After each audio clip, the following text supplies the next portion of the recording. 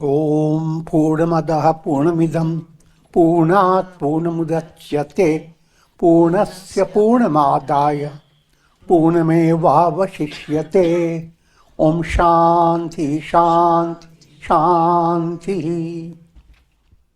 Om Brahmanandam Param Sukhadam Kevalam Jnana Murtim Dvandvatitam Gagana Sadrisham Tattvamasya Lakshyam Ekam Nityam Vimalamachalam Sarvadhi Sakshi Bhutam Bhavatitam Trigunarahitam Sadgurum Tam Namami.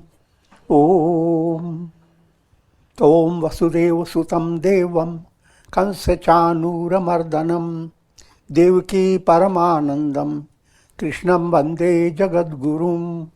Om. Adorations to Lord Krishna, the preceptor of the universe, destroyer of the forces of darkness, bestower of immortality. Srimad Bhagavad Gita,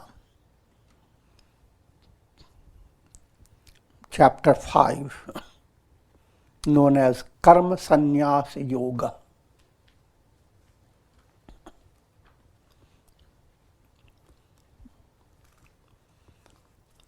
Karma leads you to bondage. But karma to be done in a profound way leads you to sannyasa, liberation. Same karmic process. Nothing changes. You are going to be born.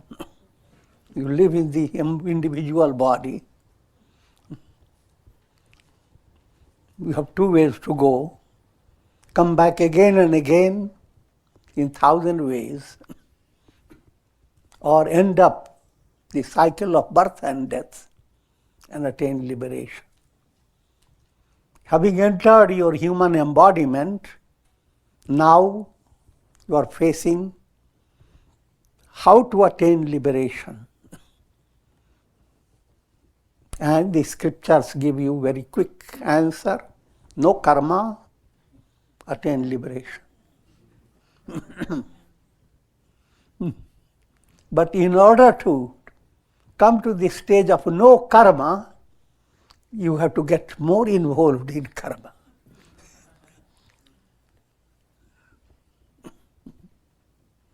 In order to understand you are not the body, you have to be more involved in your body so that the body doesn't tax you so much. Make your body so relaxed that you can push it away. I am not the body.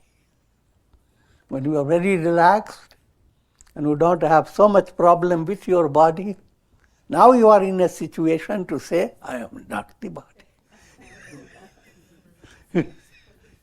So you have to understand. Moving away from karma, its answer lies in and through karma. But how should you be changing your karmic pattern? That's the very subtle point behind in this stage of the understanding. 12th verse.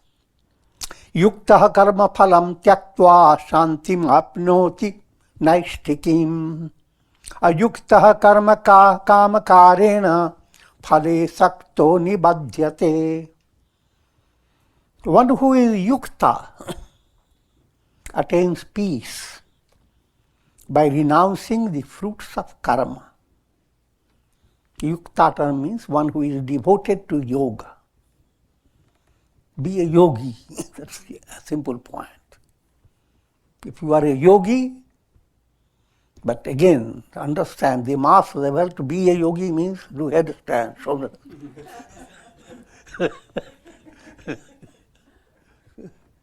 But that's not the definition of real term yogi.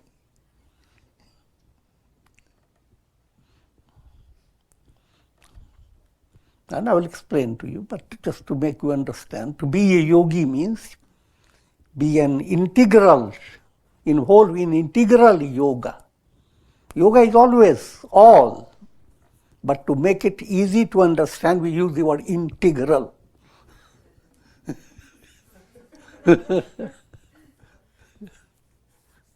To understand more clearly, your actions should become karma yoga. Your actions should not be designed only to fulfill your desires, change your circumstances, and create your future. But your karma should be to prepare your heart for you to discover divine love and to discover your purpose of life. That's liberation.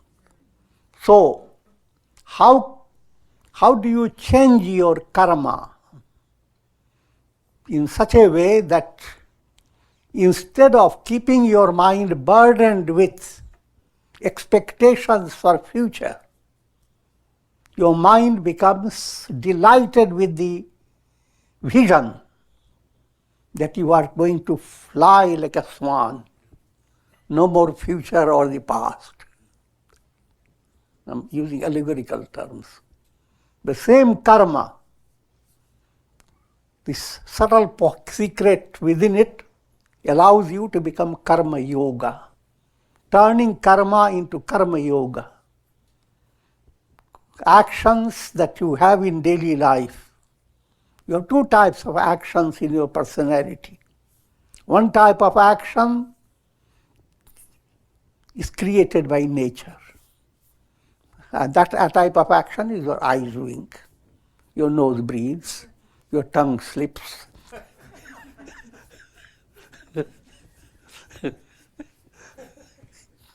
Your nails grow.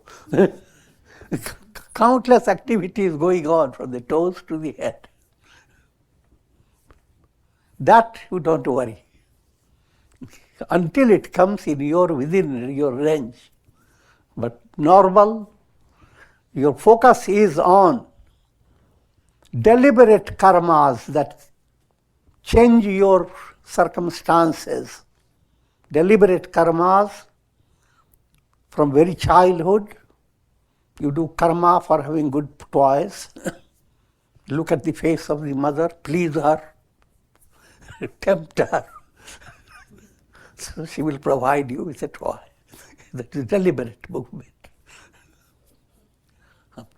Outgrowing this. So you create karmas to change your circumstances. Deliberate. You're using your head. How can I allow myself to get into a job, to find a type of situation that will match up with your quality of your personality? And so you are looking for a type of activity that is in harmony with you. If you look up that way, then it's called swadharma. But sometimes mind becomes too hasty, and you were looking up for money, not so much of meaning behind it. Not meaning of the life, money of the life. Then you are slipping into paradharma. And you have to mix, these two are mixed up always. And you have to, just like you live with your body, and it's not an easy thing. You have to understand how the body has to be kept healthy. You live with your personality, your mind, your senses, your intellect, your emotions, your reasons. It's a big jumble of things. And you have to learn the art of how to keep this, every aspect of your personality in a healthy direction. Put it in a very simple way. To be a yogi means your karma, actions, flow towards karma yoga. It purifies your heart and allows your soul to move Godward. And your emotions, feelings of love and tenderness, that's behind your life, always, from morning till evening. If you are not tender towards people, you are tender towards the food you are eating. The feeling of love and tenderness is inherent in every individual. But this entire process in your mind should create a magical movement, bring God within it. If something is too tasty, the taste is coming from God. Some sweetness comes in a relation, it comes from God. Wherever it comes from, source is God. So don't be duped by the eyes that bring the sense of joy. Go behind the eyes. What lies behind the eyes?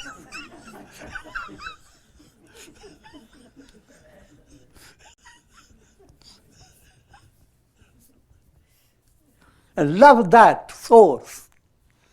Don't be duped. Just don't love the... If a spoon gives you food, don't love the spoon. Love the hand that is feeding you.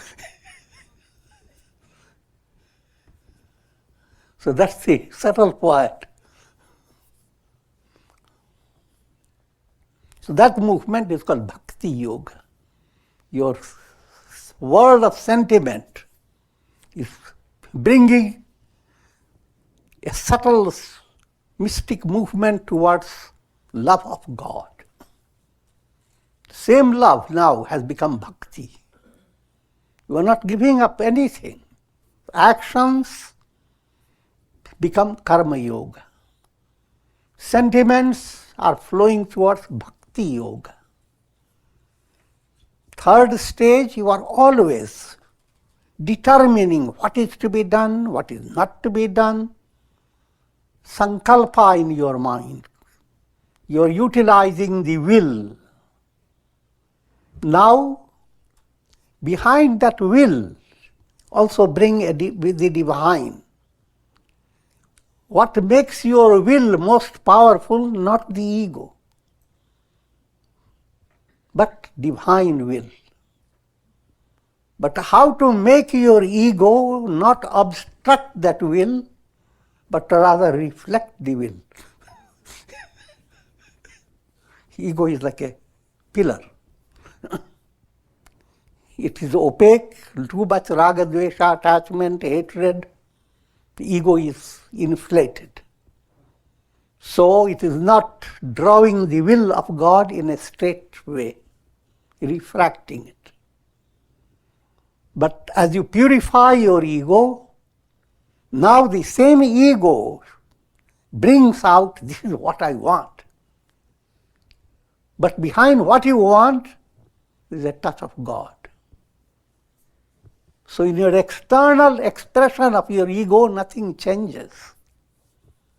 But your internal feeling, even though you are highlighting your ego, your heart is highlighting God. God's will is operating through your ego. Quickly said, but this process is progressive. You don't get into a higher level immediately. There is always, you go on climbing. Mountain climbing, coming to Everest is not one day's job. There are many stages of the movement. Similarly, this yoga movement is many stages. But the idea of many stages should not create a sense of desolateness or sense of dejection or negativity, but a sense of joy. If you are a baby and you are told you are going and you are enjoying food, and the mother blesses you, may you go on enjoying it for 100 years. Baby never turns. 100 years I have to go on eating. What a blessing is that? I'm joking. But just like the idea of enjoying, living, eating day by day is not viewed by you as something stressful and boring.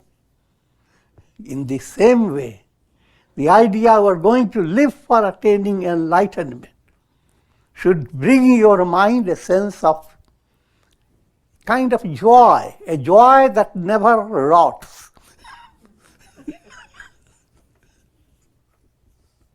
A joy that goes on becoming more vibrant as time passes by. So no matter how long, that doesn't matter. But how you should continue to enjoy the spiritual food. And satsanga puts you in that process. Prasad.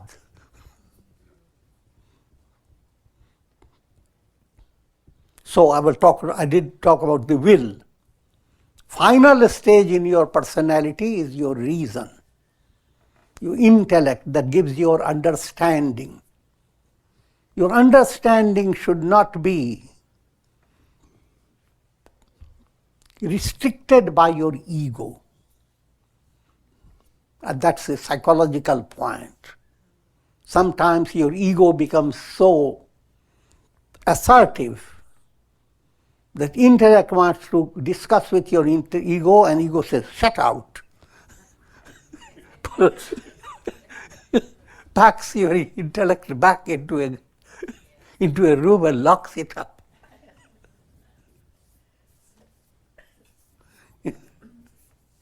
There are situations that demand intellectual analysis, which are thoughtfulness.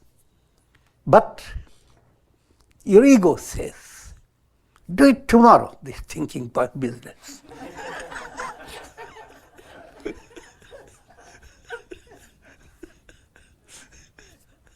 So that intellect is the highlight of your personality. How to allow that intellect to be free of domination of ego and become aware that the light that comes through the intellect is the light of God. Wisdom at its highest, which is behind the entire creation. And that shines through your intellect. So allow that intellect to become intuitional. That's the goal of life. That's called enlightenment. So when you are putting all these four karma into as karma yoga, your feeling, sentiments into bhakti yoga, your willing process into dhyana yoga, harmonizing your will with God's will, and your understanding into jnana yoga, then you are called yukta, you are a yogi, if you are moving in that direction. You don't have to perfect it as long as you are moving in that direction. Even if you have taken first step, you are a yogi. So yukta karma phalam tyaktva, one who is yukta, devoted to yoga, renouncing fruit of karma, karma phala tyaktva. Once you are a yogi, you are not focused on fruits of karma. Fruits of karma, you must realize, they are changing circumstances in your life. Changes come in your body.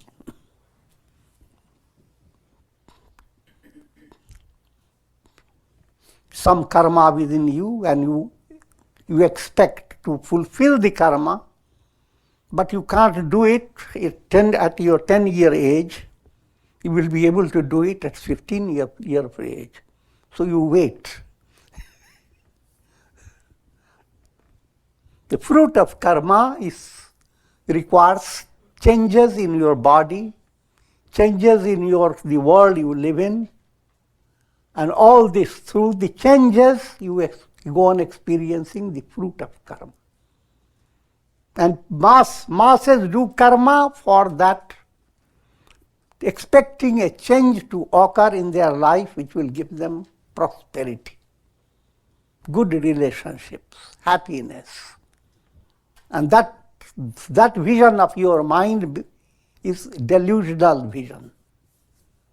You are a deer, but going after mirage. Mrigatrishna.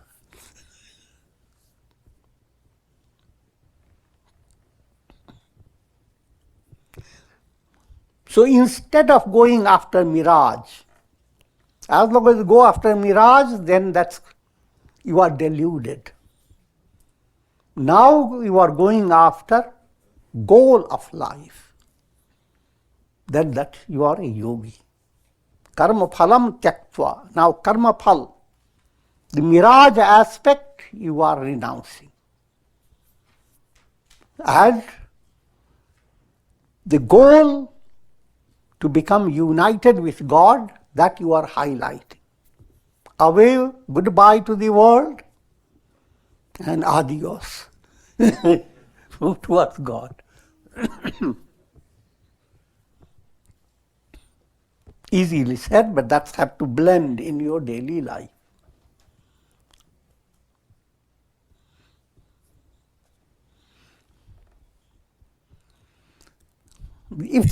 If this has become settled, shantim apnoti, nashtikim, you are going to experience peace, that is absolute peace. Shantim apnoti nashtikim.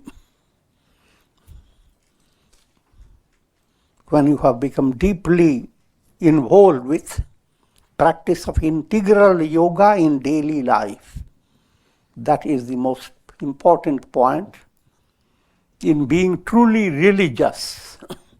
Again, it's not religion, we don't consider one. Different religions, that's a kindergarten view of mind. Religion is science of science, and sciences don't match up with the desires of different countries. Science is just science. It has all universal laws. So, that which profound truth leading everybody to God, that truth is not limited by narrow-minded concept of religion. True religion is the same truth. Yes, limited by words, literature. That limitation is normal. Ekam sat vipra bahudha vadanti. Truth is one, but spoken in countless ways. So, ultimate goal for every soul is attaining peace, absolute shanti. Where is the shanti? In the world of time and space.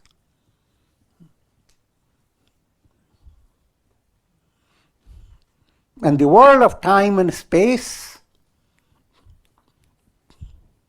is not your reality. You are using your iPad. Instead of staying calm on your bed, you are going into your iPad and looking into everything that is happening from Alaska down to New Zealand.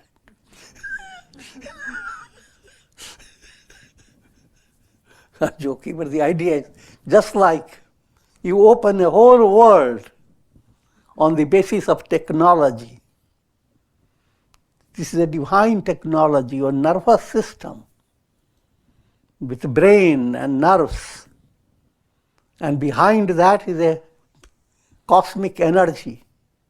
That has created a technical, mechanical basis of all your experience. So, if you are looking for perfection in this iPad, not the small eye, the big eye, the ego pad. In that ego pad, there is no peace, no matter where you go. You may come to a stage of, oh, what prosperous. It may be defined to have there, to stay there for 50 years. Wonderful. But then what about the 60th year?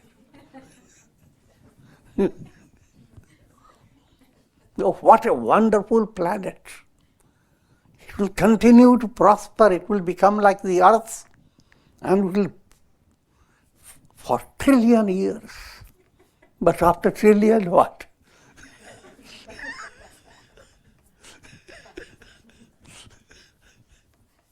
So all that is happening in this iPad, there is no real peace in it. And for easy understanding, Upanishads speak of peace 3 times. Peace, peace, peace, pass, pass, pass. Peace subjective. First thing you want to have peace within your body and mind. But if you have only that much peace, your peace is in pieces.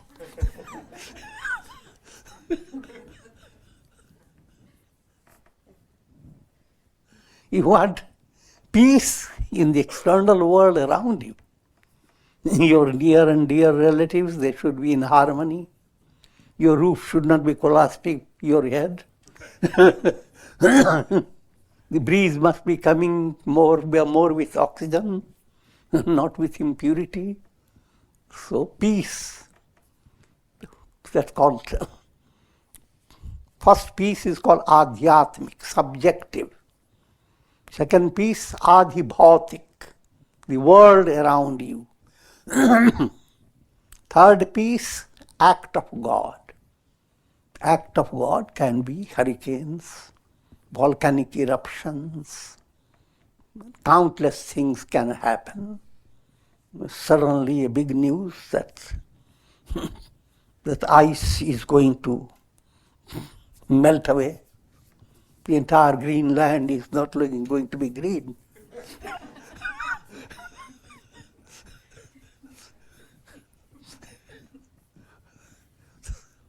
It's the act of God.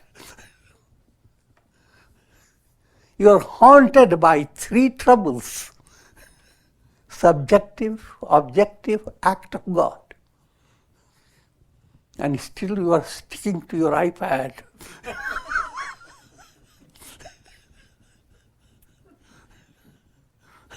And all this goes on behind your iPad. The real I am is absolutely untouched.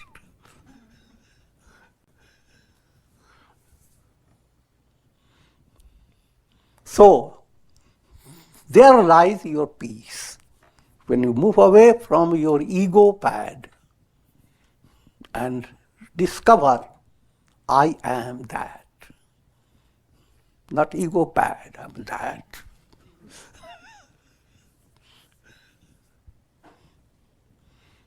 Shantim apnoti. Now you have attained peace. But one who is not united, one is not following this integral yoga, is impelled by desires. Your desires are in all this direction, how to remove troubles in your body, how to create harmony around your circumstances among people and animals and birds, and how to keep yourself safe from big astronomical situations.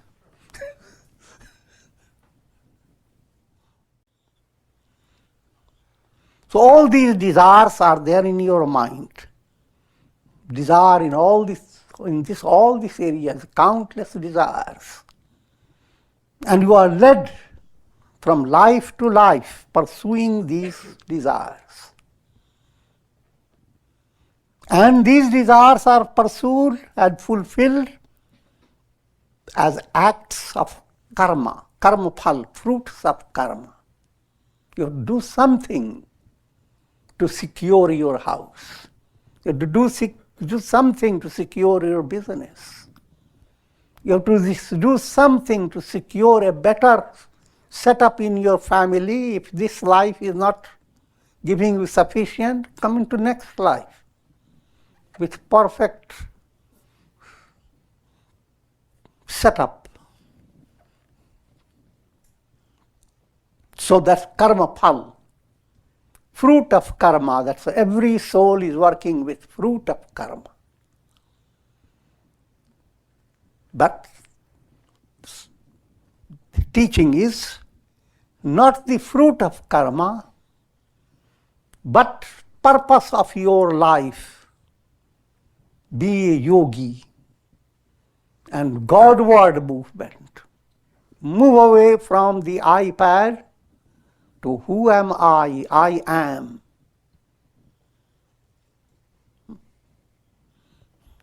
Leave your couch to do some shouch.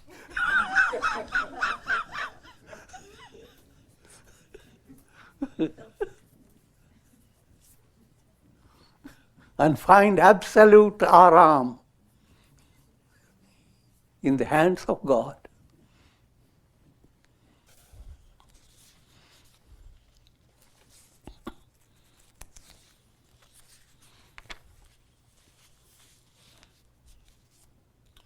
Thirteenth verse.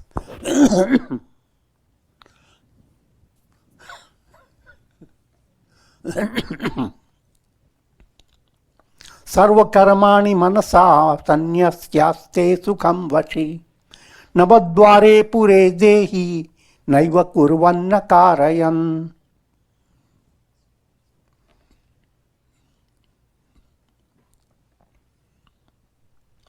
The embodied soul who has controlled his body and senses and who has mentally renounced all karmas, though abiding in the nine-gated city, doesn't work, nor does he cause any work to be done. This very advanced stage of experience. If you become a yogi and you begin to experience that peace that doesn't go into pieces,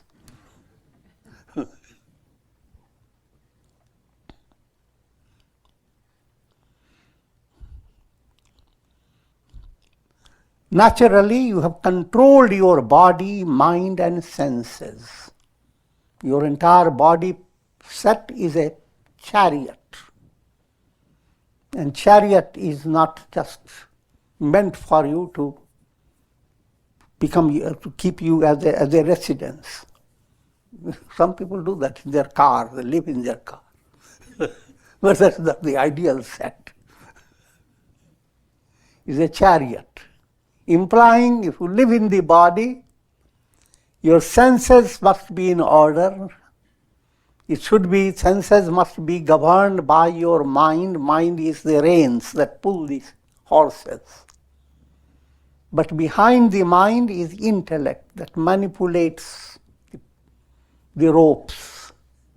Intellect controls and evaluates your mind.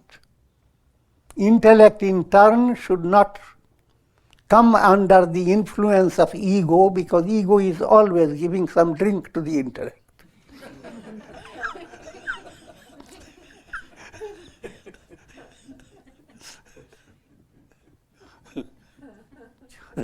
Don't be a drunken driver.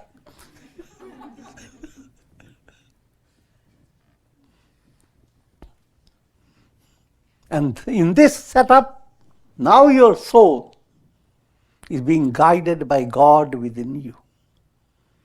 If the whole set in your personality is constantly normalized, but this project has to be day by day. You don't worry about bringing the whole thing in a perfection, but be always involved.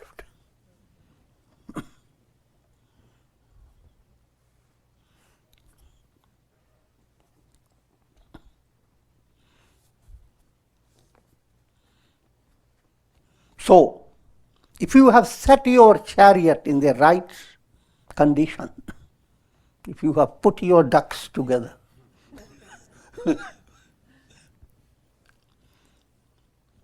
naturally, in that state, you have mentally renounced all fruits of karmas, implying all karmas. You are no longer involved with what karma should I perform, what karma did I do do in the past that I am in this situation. What karma should I do to contradict it, remove it, and create another situation? The mind becomes too involved with it. You go to look for the best astrologer who can give you good accounting, at least of 3 or 4 births.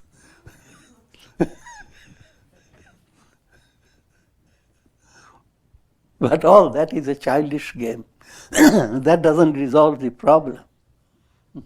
Because you are not a soul encountering only 6, 7 births. You come through countless births. And if you don't attain liberation, countless births await for you. Because illusion of mind has no quantitative measurement. How many dreams will you have in your life? You can't count that.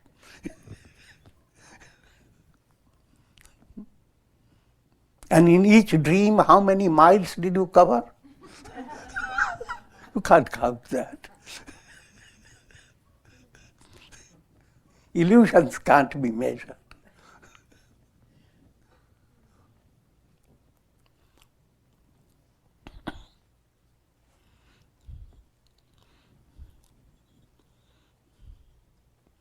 So now, if you have gotten a good chariot, and chariot is completely under your control, and you have renounced all karmas, not depending on karmas and their fruits. Now, though you are living in your body, but now your body has become 9-gated city. Eyes, ears, mouths, all these are gates.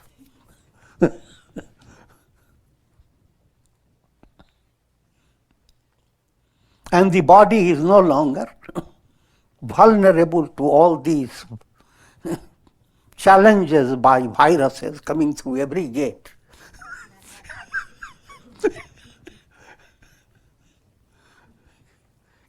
All this allegorical description.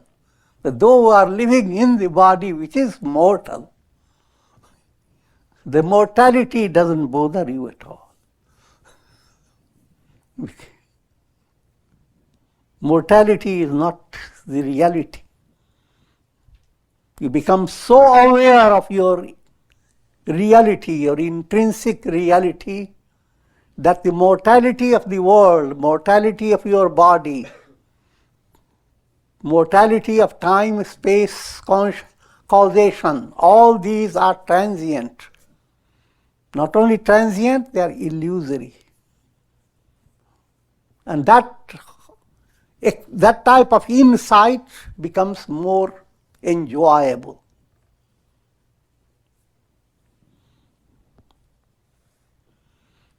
So now then, though living in the same body, in the eyes of others, one who is enlightened is like emperor of emperors. And where is his royal city? Is a body.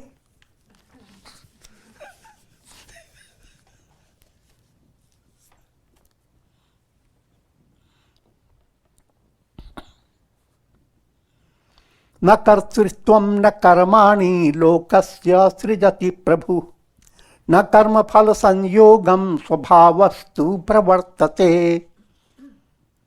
The divine self does not create doership in people. Doership means I am the doer. All this I have attained, look at my wisdom. I did it. Can you do it?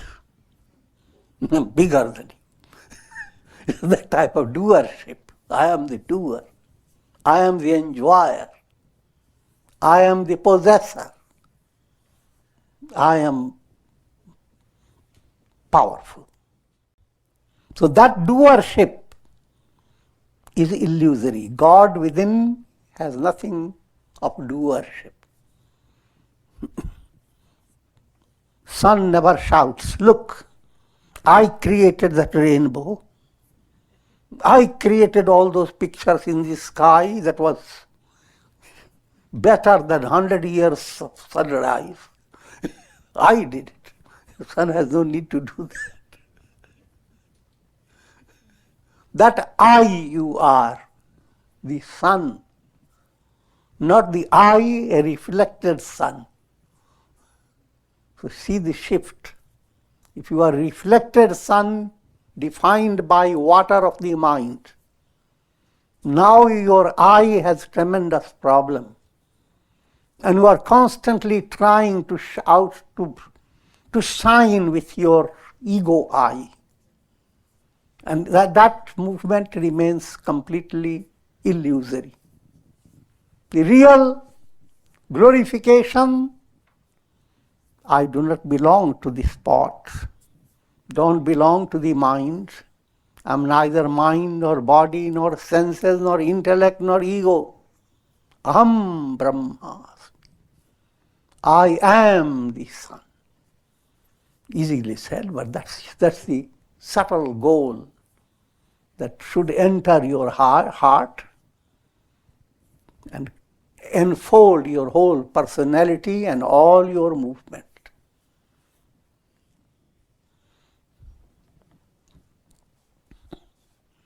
And with this, I will conclude.